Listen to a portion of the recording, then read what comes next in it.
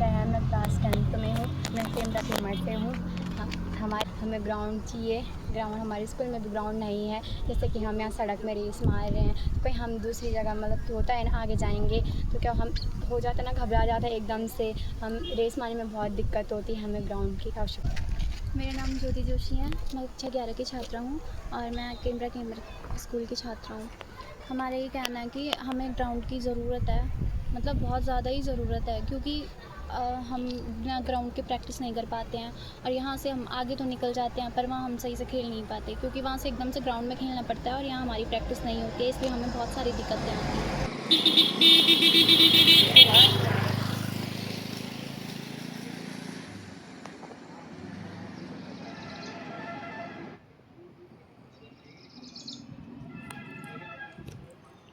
देखिए, ये बड़ा सेंसिटिव मुद्दा है।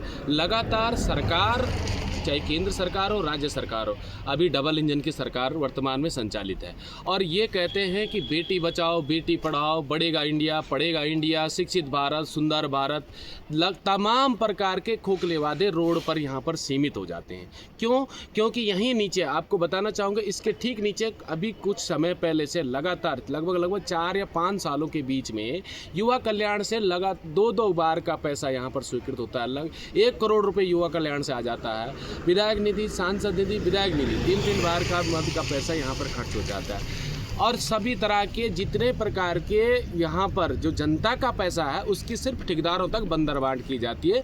लेकिन हमारे बच्चे आज भी, अभी हम वर्तमान में हम मॉडल स्कूल इंटर कॉलेज घुमिड़धार के पास में खड़े हैं और ये जो रोड है नेशनल हाईवे ऋषिकेश वाला रोड है और यहाँ पर हमारे बच्चे इस घनसाली विधानसभा के जितने भी ब्लॉक स्तरीय कार्यक्रम होते हैं, खेल कूद प्रतियोगिता, अभी वर्तमान में मुख्यमंत्री जो प्रोत्साहन योजना के तहत खेल कूद प्रतियोगिता प्रतिस्पर्धा यहाँ पर जो की जा रही है, उसके लिए जो हमारे बच्चों के पास ग्राउंड नहीं है। ग्राउंड ना होने के अभाव में हमारे बच्चे बड़े अपार, उनके पास कैलिबर है, लेकिन समस्याएं क्या हो जाती है, संसाधन विहीन होने के बाद जो जिला स्तर पे, प्रदेश स्तर पे, राष्ट्रीय स्तर पर जब वो जाते हैं तो उनको इस ग्राउंड का अनुभव ना होना, इसलिए वो पिछड़ जाते हैं। अभी थोड़ी देर बाद यहाँ पर एथलेटिक्स के बच्चे दौड़ेंगे, लेकिन वो बच्चे इतनी कड़कती धूप में यहाँ पर नंगे पांव दौड़ेंगे और लगातार यहाँ पर गाड़ियों का आवाजाही होता है। अगर इंसिडेंटली अगर कोई बच्चा गिर जाता है, सर पे चोट लग जाती है, पैर अगर इंजर्ड होता था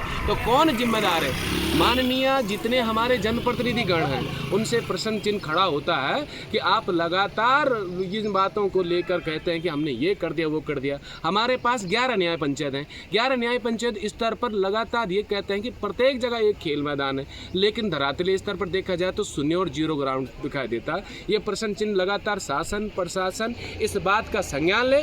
कुछ समय पहले इस ग्राउंड के बारे में मैंने जांच के लिए जिलाधिकारी महोदय को एक लिखित पत्र में दिया था, लेकिन वो कोरी घोषणाएं लगती है। मुझे लगता है कि उसको भी दबाने का प्रयास किया जा रहा है, लेकिन हम इस बात को लगातार उठाएंगे।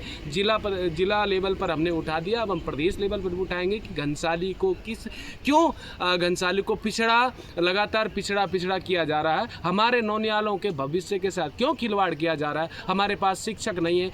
46 से हमारे पास इंटरमीडिएट स्कूल है यहाँ पर, लेकिन 45 में स्थायी प्रधानाचार्य नहीं है। कहीं स्कूलों में 10, 5, 4 प्रवक्ता LT के पद खाली पड़े हैं। हमारे बच्चे पढ़ेंगे क्या? खेल कूद की स्थिति ये हो रखी है। बड़ा हास्यास्पद और बड़ा चिंताजनक यह विषय है। इसलिए मेरी सरकार, शासन प्रशासन से विनम्र निवेदन और आग्रह है कि हमारे बच्चों के लिए जो ग्राउंड के जो तैयार होना है, इसको जल्द से जल्द जनता को सुपुर्द कीजिए ताकि हमारे नौनियालों का भविष्य संरक्षित और सुदृढ़ रहे।